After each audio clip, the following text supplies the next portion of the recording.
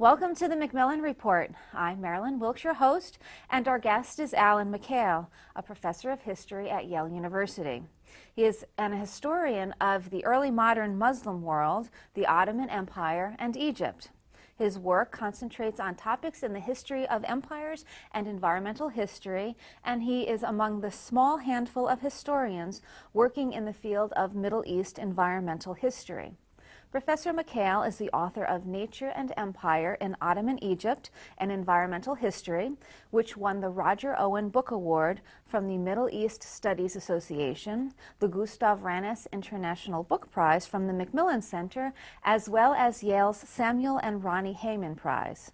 Today we'll talk with Professor Mikhail about his new book, The Animal in Ottoman Egypt, for which he was again awarded the MacMillan Center's Gustav Ranis International Book Prize for Best Book.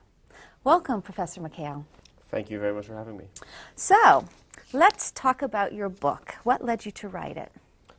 Okay, so as you mentioned, my previous book was an environmental history of Egypt's place in the Ottoman Empire. Right. And during the research for that book, one of the things that I focused on were these small-scale irrigation projects. And so in reading the work accounts of these projects, I came to see that animals were involved in various aspects of these projects. So for example, bringing materials to work sites, often hauling materials away, sometimes actually pulling dredges through canals and things of that nature. So I found that just curious and kind of clued into that. And having done that, I began to find that there were animals involved in lots of the kinds of sources I was reading. So another main source for me for understanding the kind of agricultural sphere in Egypt were estate inventories, probate records. And in those, I also found that animals were a major part of the capital regime, the wealth accumulation of rural peoples in Egypt, and that has to do with the fact that peasants technically couldn't own land, so they owned other fixed goods, and they owned lots of animals. So animals represented the largest form of wealth in the countryside in the periods that I was interested in, roughly 1500 to 1800. So again, I started cluing into that, and then I started noticing animals in all the kinds of sources that I was reading, in different kinds of animals, doing different kinds of things for different purposes, in different moments, in different places. And so I became interested in that and wanted to get into that topic in more depth. And as I began reading more widely about the relationship between the relationships between humans and animals, I came to see that it allowed me to talk about various intellectual problems that I was interested in also. Okay. And how did you do the methodology? I know we kind of touched on this being your second visit with us. We touched on it for your first book, but let's just kind of revisit how you did the research for this book. Okay, so as a historian, most of my research is in archives.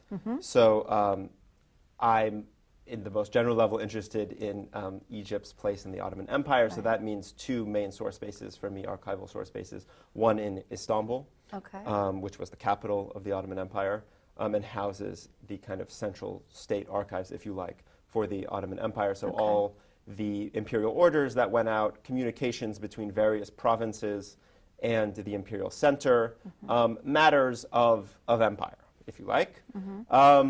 So that was a main source base for me. And then also in Egypt, the main province that I'm interested in, there are the archival records of various courts in Egypt. So the rural courts were places that served various purposes in rural people's lives, property transactions, marriages and divorces, criminal matters, the registering of property, probate inventories. That's where I found those, for example.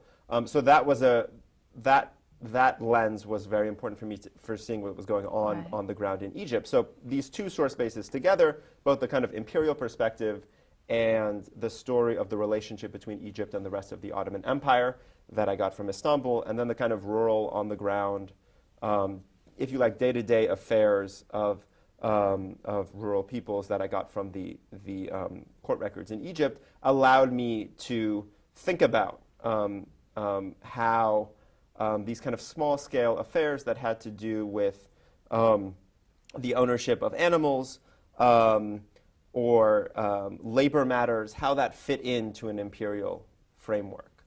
I should say also that this project has various aspects that made it different than my first book, and that I was also part of the project led me to think about the trade in animals around the Ottoman Empire, and then also from places outside of the Ottoman Empire and Egypt, and sometimes to Istanbul as well. So there was a huge trade in animals in the Indian Ocean. So the main sort of exchange was horses going from parts of the Ottoman Empire and then also parts of southern Iran to India, and elephants moving from South Asia, from India to Egypt. So because of that, that led me to other kinds of sources, manuscript sources in India and in Egypt and in Istanbul. To get at this trade in the Mediterranean, I used some Maltese sources, and then also sources from Venice. And then for the later period, the end of the 18th century and the 19th century, I used some sources from the National Archives in Kew in England to help me see kind of some British imperial interests in these matters. So that's the archival material, and then there was also manuscript sources from these various places that I used. I used a lot of manuscripts from the Beinecke. Actually, we have a great collection of mostly Arabic manuscripts from the early modern period, some in Ottoman Turkish, but mostly the Arabic materials. So because this topic of the human-animal relationship was so fundamental to so much of the function of Egypt and the Ottoman Empire in the early modern period and in the 19th century, there's a surfeit of sources for this topic. Wonderful. All kinds of sources, both in various registers, very local sources, very imperial sources, sources from outside the empire, different languages, et cetera. Okay. So, I enjoyed the ability to combine all of these different kinds of source materials. So let's talk a little bit about why it's important to look at the relationship between humans and animals during this time period. Tell us a little bit about it. Okay, so if you think about a place like Egypt in the 16th, 17th, and 18th centuries, it was a rural place in which agriculture was central both to the kind of capital regime of Egypt, taxation, to people's laboring lives, right? And also to issues of ideology and imperial sovereignty. So what do I mean by that? Humans relied on animals in the countryside to plow fields, to maintain irrigation works, to provide food. Sometimes in the winters, animals would even be brought into people's homes as a source of heat. So they were tied to the daily laboring lives of rural cultivators in a place like Egypt and in most other parts of the world as well. Okay. And therefore, because of their importance to the laboring economy, there was a lot of money tied up in animals. So we see that through these estate inventories, that one, animals represent the largest share of rural wealth. Two, that they were involved in very complicated economic relations. So one could, for example, own shares in an animal. You could buy futures in an animal. Wow. We have cases in which someone owns a third of a water buffalo, someone owns half. And did they share it? Like, you have it for this week, you have it for that week, right. that kind of thing? So those shares represented both sort of pro rata rights to the laboring time of that animal, right? So if you owned a third of the water buffalo, you got it for a third of the time. And it also represented rights to the animal, the food products from that animal. And then also you could sell those shares, obviously. So again, very complicated relationships of economy. And if you think about, again, a early modern agrarian society, animals were, the 18-wheelers, the motors, the sources of heat, the trucks of the society. When you say sources of heat, what do you mean by that? Well, I mean, I specifically mean that they were brought into homes during the winter, right? And they snuggled up with them to keep Not warm? snuggled up, but the heat that their bodies produced provided really? warmth inside of the house. Okay, all right. And also, we should say that their dung served as a source of Fuel, heat. right. They burned it, correct, yes. Yes.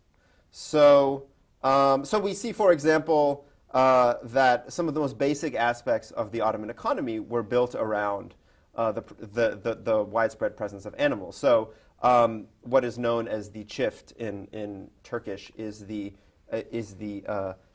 plot of land that a farmer would farm, and that refers to the amount of land that a pair of yoked oxen could farm in any given day, right? So the very definition of property was based on the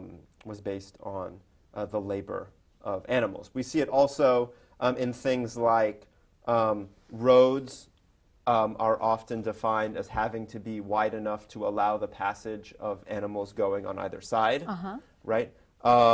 Distances between cities were often measured in the number of days it would take a donkey to walk that amount of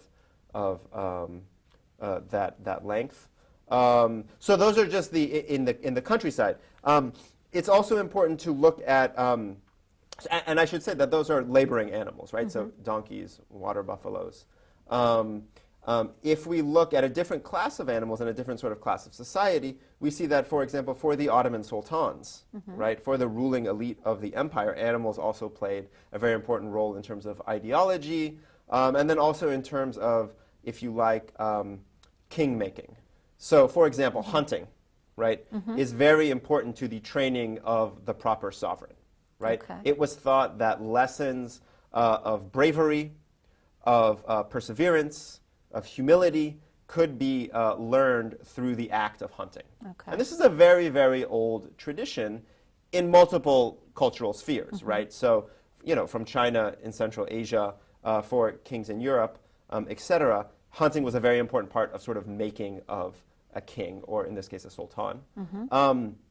Another way this plays out is these sovereigns created menageries, so collections of animals that were often on the grounds of the palace. Like what kind of animals? So in the case of the Ottomans, they brought lions and tigers and elephants, different kinds of other large cats, birds, and you know, it was thought that the sort of ingathering of the world's amazing creatures, right, could serve as an example of you know, the sovereign's divine nature, right? To be able to bring in all of these animals on the grounds of the palace, right? And so we have also, and so this plays out, for example, when ambassadors would come to the Ottoman palace, they would often be treated to you know, an animal show in the evening over dinner, right? So, and this is something, again, if we think about even our modern you know, modern day, you know, the kind of the example of you know, the Chinese pandas sort of serving this diplomatic role between China and the United States. Because who doesn't love a panda? So you know, again, and this is sort of the interesting thing for me in thinking about the history of human-animal relations, was that it is so fundamental to society, economy, politics, culture, in all periods and in all places. So, I mean, if we think, you know, just to stay in Egypt, if we think about sort of religion in ancient Egypt, right, the animal form is very important, right? If we think about other religious traditions in India, if we think about traditions in native North America, we also see that animals play a very prominent role. Sure. If we think about our common day, anyone who has you know, spent time in a park or walking in New York City will see that the human-dog relationship is a very important one.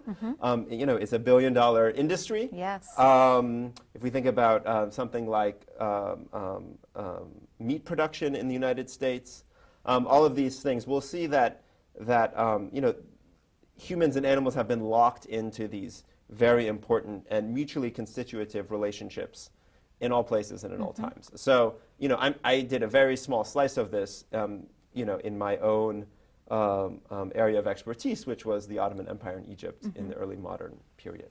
Now, let me ask you this. You mentioned dogs. Were there pets not so much in the upper echelon of society, although I imagine they were there as well, but, in the agricultural, the rural households, did they have pets? That's a great question. So, for modern Americans, most of us do not live on farms. And most of our interactions with animals, let's say beyond consuming them as food, is what historians and people in animal studies call an affective or companionate relationship, right? So pet keeping. Right. So interestingly, and there's been a lot of literature on this relationship, on how it's formed, on ideas of domesticity and how they get played out in this relationship, on what it means for notions of humanity, of human rights and of animal rights, and kind of the border between humans and other animals. In my case, in the countryside, in the 16th, 17th, and 18th centuries, I don't find much evidence of an affective relationship between humans and animals and other animals. We don't have a lot of examples of pet keeping in the countryside, and that's curious. And I think that's important for two reasons. One, it shows us that that affective relationship between humans and other animals is a historical relationship that has to be contextualized. It did not always exist. So we have to understand when it emerged, why, and where. Right. The other thing is that I think it points us to the fact that animals served really important, crucial economic functions in the countryside. I mean, they were dependent on their livelihood.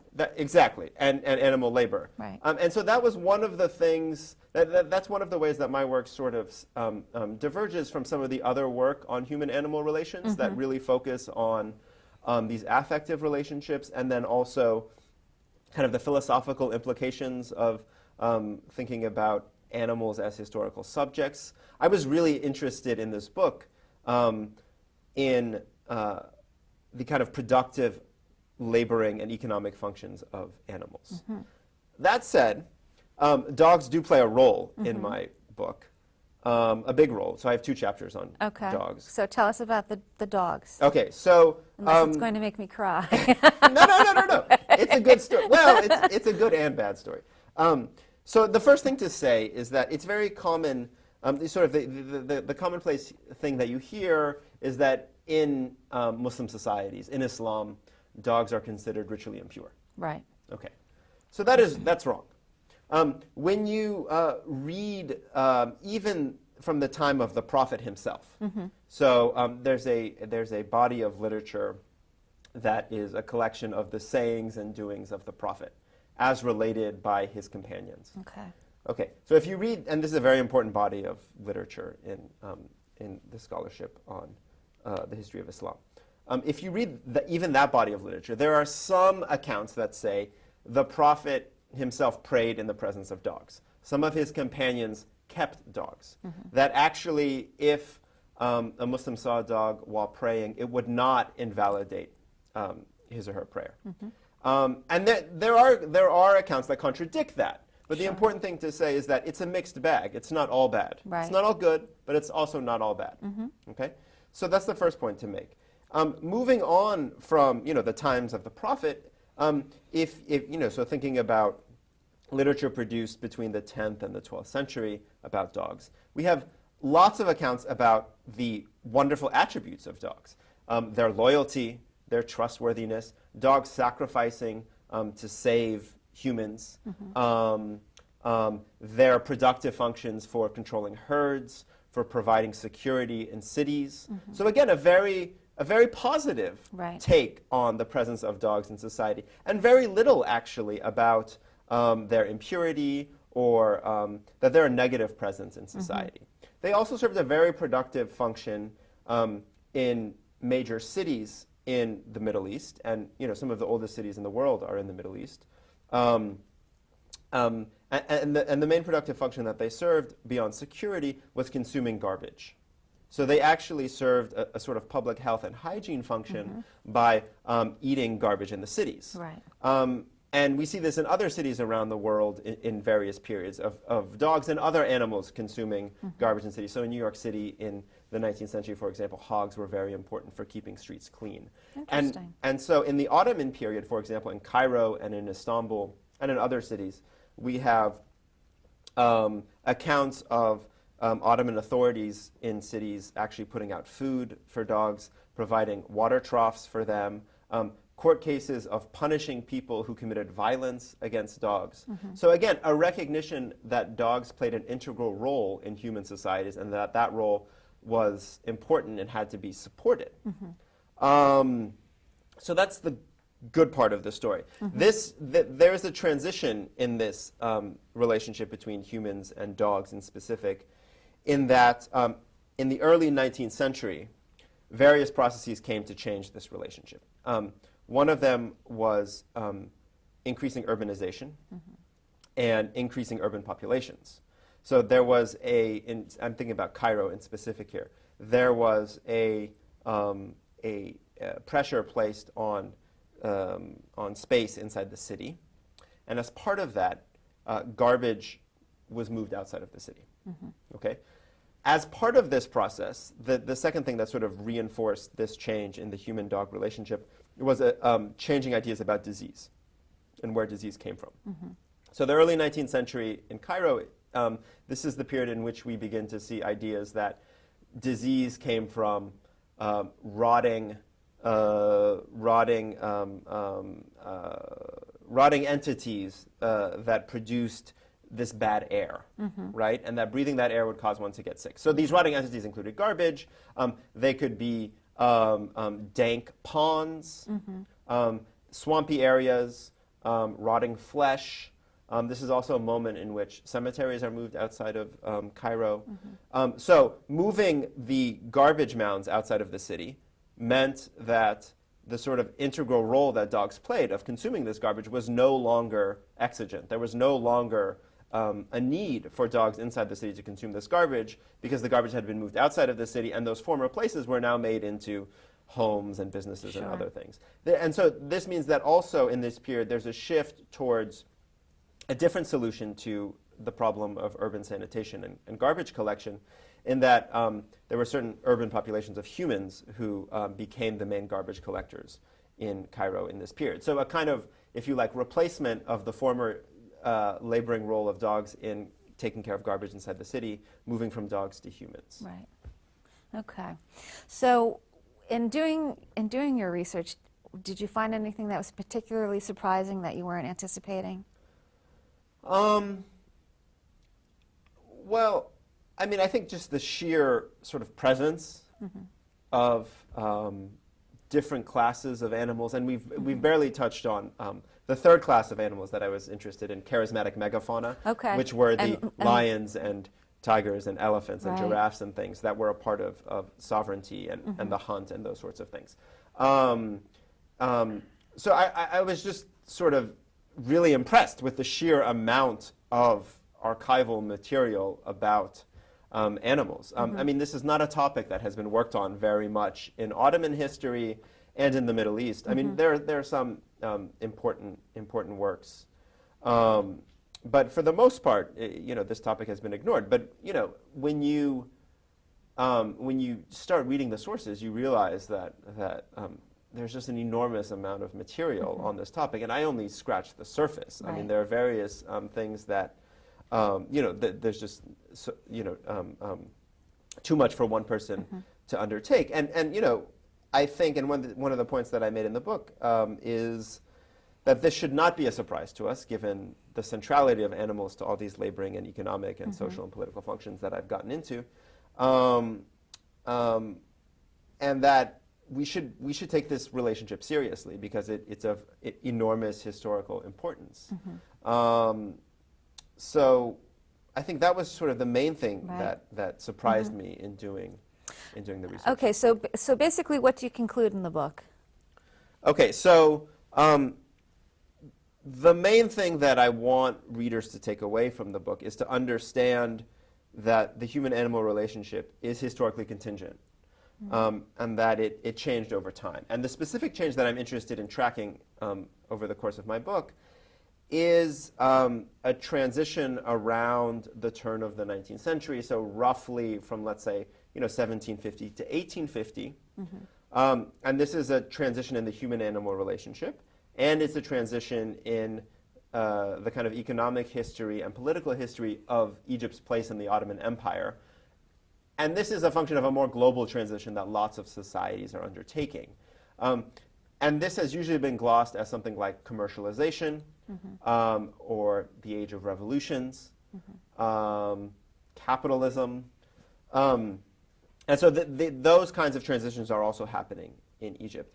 And for me, the human-animal relationship, the economic role of animals and how that changes is part and parcel of that story. So I want to understand how the dialectic relationship between those processes, capitalism, commercialization, modernization, state formation, and the human-animal relationship. And the general story, in a very broad brushstroke that I tell, is one of going from a society in which human-animal relations are integral to economy, society, politics, to one in which they're no longer central.